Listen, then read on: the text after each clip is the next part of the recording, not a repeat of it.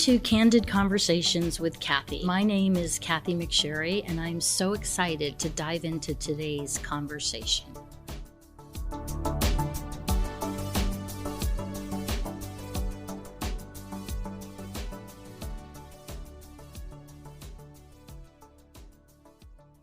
I'm not even going to sugarcoat anything.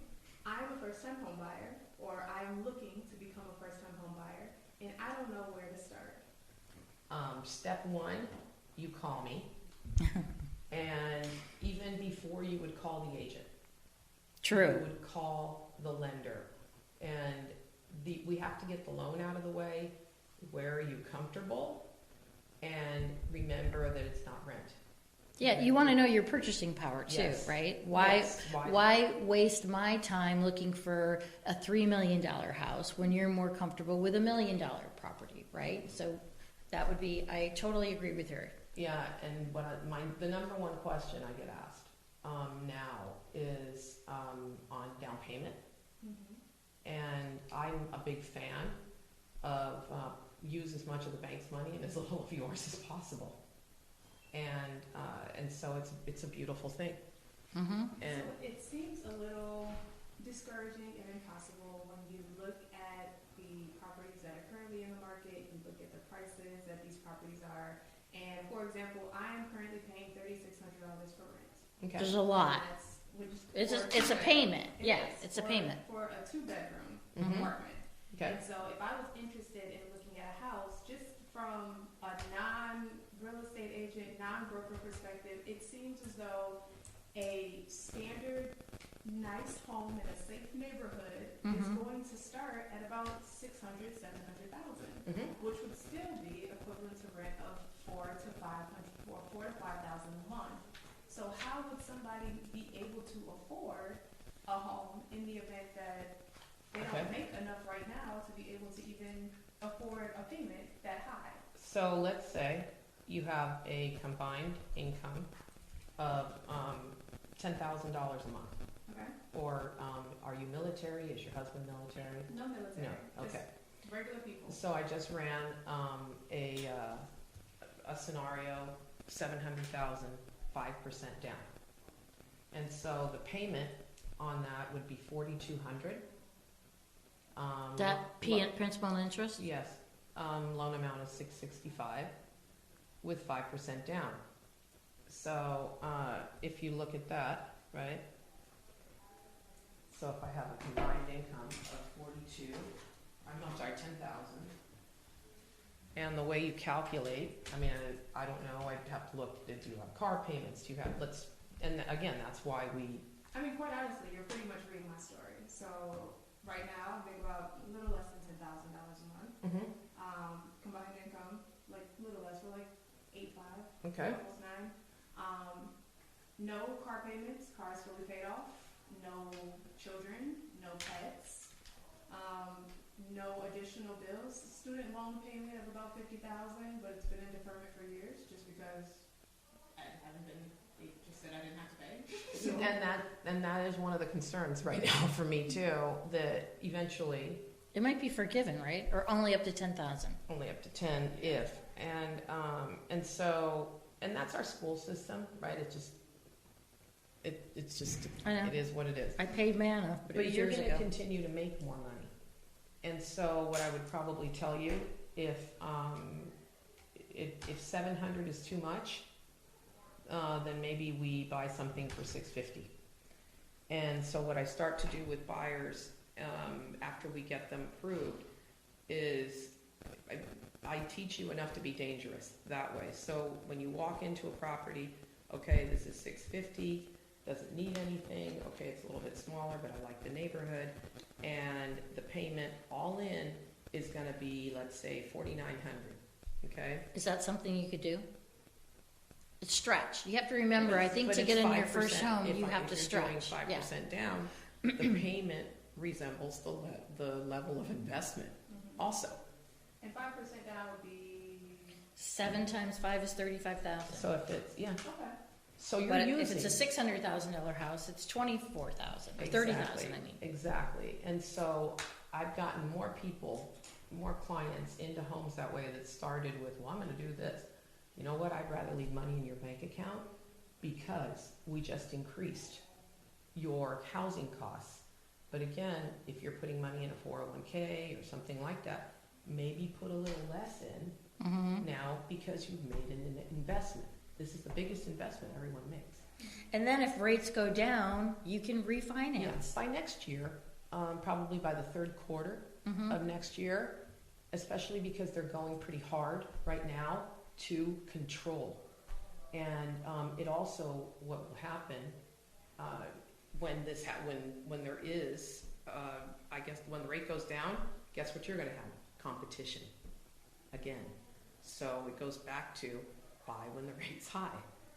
And maybe you're going to get a lesser home than what you imagine, but you're paying somebody $3,600. That you're not going to see again. Well, it's post-tax dollars, right? So it's a big chunk of your income right now.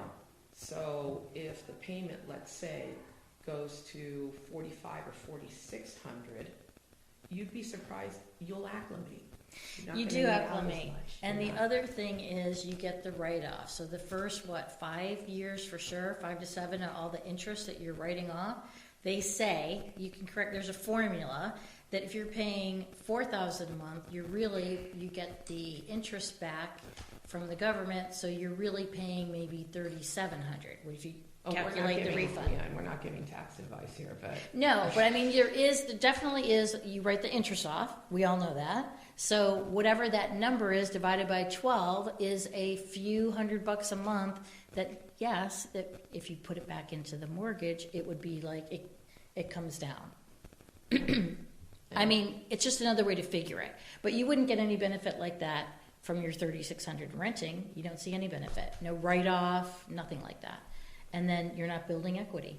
So as you're paying on your loan and paying more into it, it's like having, it's like I think of it like a savings account, because your note's coming down and that's going to be equity whenever you go ahead to sell. And chances are, with what the income that we discussed, you'll qualify for Home Possible or Home Ready, and those are great.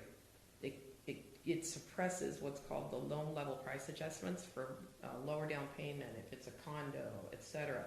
It's actually capping that to help you get into the home. What are they? Are they first-time homebuyer programs? It's not necessarily first-time home buyers, but you can't currently own a home. So if you got it. So if you can use the program, you just can't be buying homes that way, right? So it's not, hey, it's our third home and we're using this. And what do they give you? Assistance? Down payment assistance. Well, they run out of money sometimes, so there is down payment assistance. It's the main issue with that is sometimes the seller is the deal may fall through or something like that, but the likelihood of you getting it, yeah, it would be good. Does she have to apply for it? It's done through me, yeah. Got it. And so if you qualify, again, it just goes back to what are you comfortable with? This is your first house. It's not your last. That's what you always have. We just have to make a good investment. That's it. It's your first house. It's not your last. And no one's ever called me and said, oh, wow, I am so bummed that I'm going to sell this property that I put $30,000 down on, and I'm going to walk out with a $300,000 profit. No one's called to complain.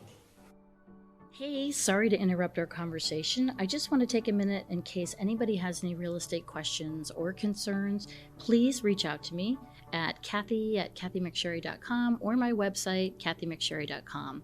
I'd be happy to help. Now, let's get back to our conversation.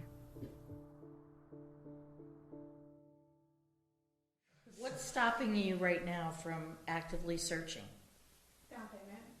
Down payment. I know you mentioned even on the fictitious number is a $700,000 house, down payment will be about $35,000. Due to 2020 and COVID, 35 is about all I got in savings. So I'm At least you emptying my have savings. savings. Yeah. That's true. So And I'm emptying my savings. And that's what I don't like buyers to do. What would stop you from buying a $450,000 one bedroom just to get in the game and suck it up and live in a nice little something and then sell that in 2 or 3 years. And then move to the 2-bedroom and then go, like, I know, I see the look on your face, you guys can't see it, but I say that to people and they look at me like, I don't know, and I'm thinking, well, the longer you wait to get into the game, the longer you miss out on the benefits of home ownership. Location. One of the biggest things is the expectation for expanding your family. So, like, if I know that next year we intend on starting a family, being pregnant, that the 2-bedroom apartment we have, with me and my husband both working from home, is already not enough space. Right. So then you add a child into the mix. They're little. Right? The closet. That's what closets are for. They're little. It's like you add a child into the mix and it's like, okay, if we're both going to work from home and we have this young child, how in the world are we going to manage this space and be able to afford something we're not right on top of And nobody says, well, let's wait 5 years? Like, I mean, is there a clock ticking? This is just me asking. Not 5. I've waited 8 years. We've been married for 8 years. Got it. So it's about that time. I mean, it's not like I'm, getting older. I'll be 29 this month. So Right. I still have more time. Baby. It's been a good 8 years. So we said when we first got married that we would wait at least 5 to 7 years. So now we're like year 8, and next year will be year 9. So it's like, the longer you wait. Yeah, and if you think about waiting, right? Not necessarily, but if you two had purchased 3 years ago, 4 years ago. Oh, I was not making nearly what I'm making right now. We lived in Ohio, where it was $700. There you go. Right? I know. We moved to California. But it was Ohio. I hate to say it, but Exactly. you don't have what we have here. Yeah. It is America's finest city for a reason. Moving out here was a sticker shock, for sure. When your rent goes from $700 for a 3-bedroom apartment in a nice neighborhood to $2,700 for a 1-bedroom apartment. Yeah. I know. That's true. It's just one of the challenges, and so if you did a 2-bedroom, or you just have to hunt it a little bit. And do I have clients that are moving further out? Maybe you're not going to live in Mission Valley. True. Right I now. looked at Chula. I know Chula. Chula Vista's Chula's expensive. great. But it's expensive. Yeah, no, it's not cheap either. And Temecula, the other thing you've is, got, I hear, Ramona, everybody's got their own personal thing with starting a family, but for me, why would you want to bring a baby into an apartment? Because you need the apartment before you get the baby. You need the house. That's mine. And that is why I'm looking and asking questions and trying to see what's next. Yes, I just think it will be harder because your expenses are going to increase, and it'll be harder for you to save because then once you have a baby, they come first. So the house would be second. And I think that's, I guess it's give and take for both of those, because right now you would be investing in a house, but when you have a baby, that's a whole nother bill, unfortunately. Like, there's a whole nother Totally. bill. So if I'm already paying and stretching myself just to... It'll just be harder. It's not that you can't. It'll just be harder because you've got your expenses are going to be going for something else rather than for the down payment. And, one of the things that always works for me when I start with a buyer, with new buyers, I have them come into my office and we go over everything, and then I send me something you like, and that will give me an idea. Okay, I know now what they like. Here's the price point. Here's the payment. And that's where we start typically, right? So when you go in and you look at it, okay, do we feel comfortable spending 50% of our income here? Mm-hmm. And because it's funny, the payment you grow into the payment. You do. You grow into the payment. It's kind of weird, but you'll come back and you'll buy a second home. And it scares everybody. Uh-huh. Yeah, and when you're buying your second home, the more real house, if you will, then like, oh my gosh, but our payment is only $4,000 right now. And before it was like, it's $4,000. So people. But you'll thank yourself later that you tried to reach that next level. Mm-hmm. And then, work harder. That's the goal right now. Yeah, I mean, you have money saved, and Which is a lot than most people at your age. That's great. no debt. That's Well, student loans, but that's huge. Mm-hmm. It's huge. I see you purchasing a home in your near future. I feel it for you. Janet and I will help you every step of the way. Absolutely, absolutely. Yeah, and you'll be so happy when you do it. You'll be so happy, and sometimes you're going to want to back out. Yeah, or the frustration of just getting through the process sometimes. Yeah, that's why I do the loan first. So that part, checkbox, it's done, and that gets most of the stress off of the buyers. That way, okay, we know what we're going to pay. I used to be able to pre-lock a loan, and now, lenders aren't really pre-locking. And if they do, it's almost not worth pre-locking because Right. they're hedging so far ahead. And nobody knows what's going to happen in the next 60 days. So we ride a little bit on that, but the sellers, I have found, now, especially now with as many transactions as I do, that they're open to it because it's better than starting over, and it's cheaper in many ways than reducing the price of the home. What, having a seller credit? Yeah, Yeah. I mean, your sellers did it. Yeah, and on the and they got agent side, we want, if you're pre-qualified and ready to go and you know what you can spend, you'll help. we, in a seller's market that we just came out of, that was crucial because you had to know, A, how much you could go over if you had to go over, and be competitive in your offer. And if you are just starting the loan process, you're gonna lose.